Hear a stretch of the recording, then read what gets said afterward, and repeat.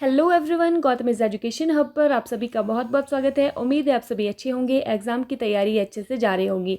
आज है 20 जून 2024 और आज की करंट अफेयर की क्लास आप लोगों के सामने। क्लास शुरू करने से पहले आप लोगों से छोटी सी रिक्वेस्ट, अगर आप लोग चैनल पर नए हैं तो प्लीज़ चैनल को सब्सक्राइब कीजिएगा, वीडियो को लाइक कीजिएगा और ज़्यादा से ज़्यादा शेयर कीजिएगा।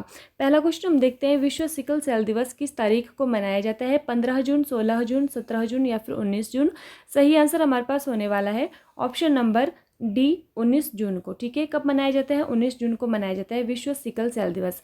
सिकल सेल क्या होते हैं? हमारे ब्लड के अंदर क्या होता है कि जो हीमोग्लोबिन है वो चिपक जाता है और वो अर्धचंद्राकार या दराती के आकार का जो है वो फॉर्मेशन उसमें हो जाती है। ठीक है, जो कि हमारे लिए घातक होता है, तो उसको हम बोलते हैं सिकल सेल। इस तरह की जो फॉर्मेशन है वो ब्लड के अंदर बनना शुरू हो जाती है और ये कठोर हो जाता है, हार्ड हो जाता है ये। ठीक है, तो ये सिकल सेल है, दराती के आकार का बन जाता है, अर्धचंद्राकार बन जाता है। ठीक है, और भारत ने इसका उन्मूलन का लक्ष्य रखा है, वो कब तक रखा है? 2047 तक जो है वो इसका उन्मूलन का लक्ष्य रखा है। ये भी आप लोगों को ध्यान रखना है। ठीक है, नेक्स्ट, संघर्ष के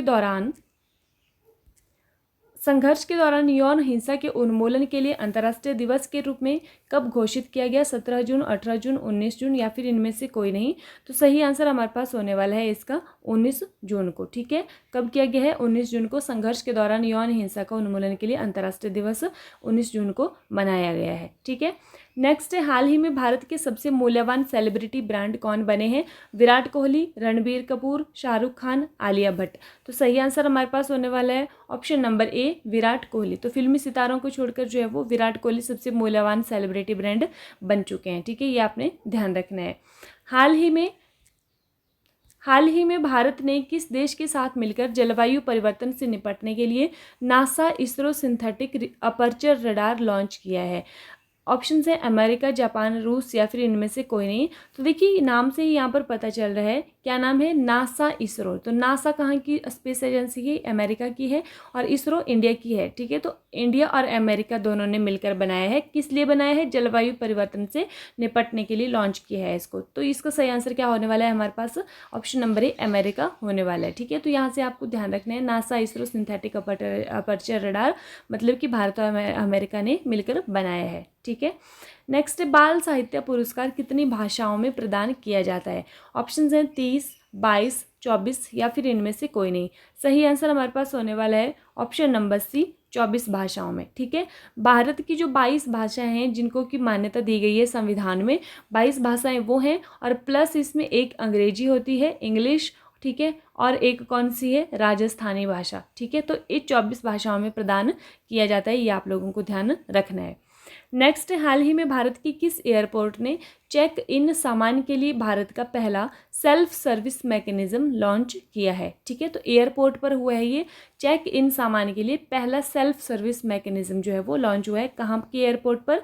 तो ये हुआ है option number A, Delhi airport पर। ठीक है, तो ये आपको ध्यान रखना है, कहाँ पर हुआ है? दिल्ली एयरपोर्ट पर हुआ है। नेक्स्ट है, हाल ही में सिपरी की एक रिपोर्ट के अनुसार परमाणु हथियार पर सर्वाधिक व्यय करने वाला दूसरा देश कौन सा बना है? ठीक है, यूएसए, चीन, रूस या फिर उत्तर कोरिया? तो सही आंसर हमारे पास होने वाला है ऑप्शन नंबर बी, चीन। यहाँ पर दूसरा स्थान पूछा है, ना कि पहला स्थान पूछा है। ठीक है, अगर पहले स्थान की बात की होती तो पहले स्थान पर कौन है? यूएसए, मतलब अमेरिका है, और दूसरे स्थान पर चीन है, तीसरे स्थान पर रूस है। ठीक है, तो परमाणु हथियार पर सर्वाधिक व्यय की, जो परमाणु हथियार है उन पर सर्वाधिक खर्च करने वाला देश कौन सा है?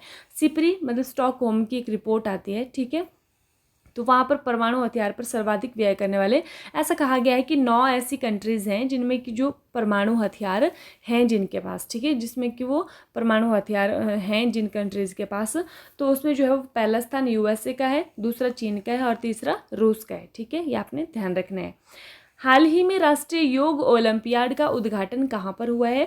तमिलनाडु, उड़ीसा, कर्नाटक या फिर मध्य प्रदेश? सही आंसर हमारे पास होने वाला है ऑप्शन नंबर सी, कर्नाटक। तो कर्नाटक के मैसूर में जो है वो ये राष्ट्रीय योग ओलंपियाड का उद्घाटन हुआ है। ठीक है, नेक्स्ट, हाल ही में हेट स्पीच का मुकाबला करने के लिए अंतर्राष्ट्रीय वर्ष कब मनाया गया है?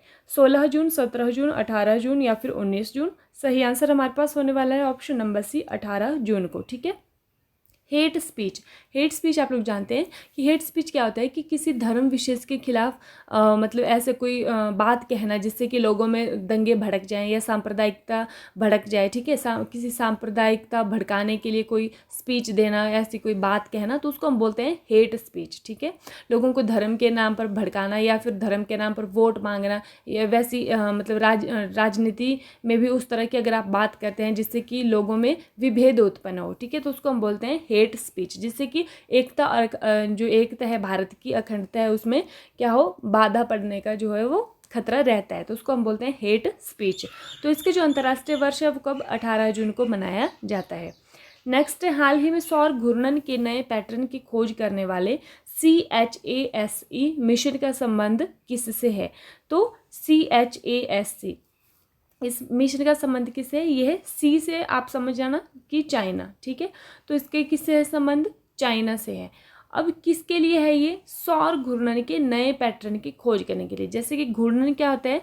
अपने ही अक्ष पर जो घूमते हैं, ठीक है। जैसे कि पृथ्वी है तो एक सूर्य का चक्कर ना लगाना, बल्कि अपने अक्ष पर घूमना, रोटेट होना, ठीक है, उसको हम बोलते हैं रोटेशन, तो उसको हम बोलते हैं घूर्णन, ठीक है। तो वैसे ही सूर्य जो है वो अपने अक्ष पर घूमता है, तो उसको बोलते हैं सौर घूर्णन। तो उसके पैटर्न की खोज करने के लिए, नए पैटर्न की खोज करने के लिए इस मिशन का जो संबंध किससे है? चीन से है, ठीक है। CHASE मिशन है ये, चीन से संबंध रखता है। अब है कल की क्लास का रिवीजन। विश्व मरुस्थलीय और सूखा रोकथाम दिवस कब मनाया जाता है? तो कब मनाया जाता है ये मनाया जाता है 17 जून को। क्या बोलते हैं इसको? Combat desertification. क्या बोलते हैं इसको? Combat desertification. तो कब मनाया जाता है? ये 17 जून को मनाया जाता है। हाल ही में किस भारतीय को Nelson Mandela life time achievement award से सम्मानित किया गया है? तो किसको किया गया है? ये विनोद गनात्रा को किया गया है। ये फिल्म निर्माता हैं, ये बाल फिल्म निर्माता हैं, ठीक है। ये भी आपने ध्यान रखना है। अभी अगर आप लोगों को याद हो तो हमने थोड़ी टाइम पहले एक पढ़ा था कि नेल्सन मंडेला ये तो पहले भारतीय व्यक्ति बने हैं जिनको कि ये Nelson Mandela life time achievement award मिला है। कहाँ का है ये? साउथ अफ्रीका का अवार्ड है, ठीक है। तो ये पहले भारतीय व्यक्ति बने हैं, व्यक्तिगत रूप से इनको पहली बार मिला है। अभी हमने पढ़ा था कुछ समय पहले करंट अफेयर में कि ऐसा कोई इंस्टीट्यूट है इंडिया का जिसको कि award Nelson Mandela life time achievement award मिला है। याद है आप लोगों को? निमहंस को मिला है, ठीक है। किसको मिला है? निमहंस को मिला है। ये भी आपने ध्यान रखना है। तो इंस्टीट्यूट इसको मिला है, पहले इससे मिल चुका है, ऐसा नहीं कि भारत में पहले नहीं मिला है, निमहंस को मिला है, लेकिन ये पहले व्यक्ति हैं जिनको कि ये मिला है, ठीक है। नेक्स्ट है 18वें V Shantaram lifetime achievement award पुरस्कार से किसे सम्मानित किया गया है? तो किसको किया गया है? सुबैया नल्लामुथु को किया गया है। क्या वन्यजीव फिल्म निर्माता है ये, ठीक है। नेक्स्ट है यूक्रेन में शांति पर शिखर सम्मेलन की मेजबानी किसने की है? तो किसने की है? ये की है स्विट्जरलैंड में। लेकिन इसमें क्या हुआ है, भारत ने जो है वो वहाँ पर जो भी शिखर सम्मेलन में भारत ने हस्ताक्षर करने से मना कर दिया, क्योंकि इसमें भारत का मानना था कि जो रूस है उसका तो यहाँ पर पॉइंट रखा नहीं गया, ना ही रूस उसमें शामिल था। तो भारत का मानना है कि अगर शांति चाहिए तो दोनों देशों की सहमति उसमें होनी चाहिए। तो अगर रूस नहीं है तो फिर हमारे वहाँ पर हस्ताक्षर करने या हमारे वहाँ पर कुछ भी बोलने से क्या ही मतलब होता है, ठीक है। तो इसलिए भारत ने वहाँ पर सहमति नहीं जताई है।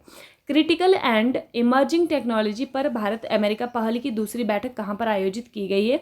तो कहाँ पर की गई है? ये की गई है नई दिल्ली के अंदर, ठीक है। नेक्स्ट, किस नदी पर विश्व का सबसे ऊंचा रेलवे पुल का निर्माण कार्य भारतीय रेलवे द्वारा किया जा रहा है? तो ये चेनाब नदी के ऊपर किया जा रहा है, ठीक है। भारत अगस्त में अपने पहली बहुराष्ट्रीय वायु अभ्यास की मेजबानी करेगा, उसका नाम क्या है? तो ये बहुराष्ट्रीय वायु अभ्यास है, पहला बहुराष्ट्रीय वायु अभ्यास है, उसका नाम है तरंग शक्ति, ठीक है। नेक्स्ट, हाल ही में BWF ऑस्ट्रेलियन ओपन 2024 में किसने जीत हासिल की है? तो किसने की है? ली जी जिया ने की है। और दूसरे नंबर पर कौन है? नारोका कोडाई। तो ये भी आपने ध्यान रखना है। हाल ही में आई एक रिपोर्ट के मुताबिक प्रवासियों के लिए भारत का सबसे महंगा शहर कौन बना है? तो कौन सा है? मुंबई, ठीक है। नेक्स्ट, हाल ही में मुरलीधर चंद्रकांत भंडारे का निधन हुआ है, वह किस राज्य के पूर्व राज्यपाल थे? तो कहाँ के पूर्व राज्यपाल थे? ये थे ओडिशा के पूर्व राज्यपाल, ठीक है। इसी के साथ जो है वो आज की क्लास समाप्त होती है। क्लास देखने के लिए आप लोगों का बहुत बहुत धन्यवाद। अगर आप लोग व्हाट्सएप ग्रुप में ज्वाइन होना चाहते हैं डेली PDF के लिए, तो आप लोग डिस्क्रिप्शन में आप लोगों को लिंक मिल जाएगा, वहाँ से आप लोग ज्वाइन हो सकते हैं।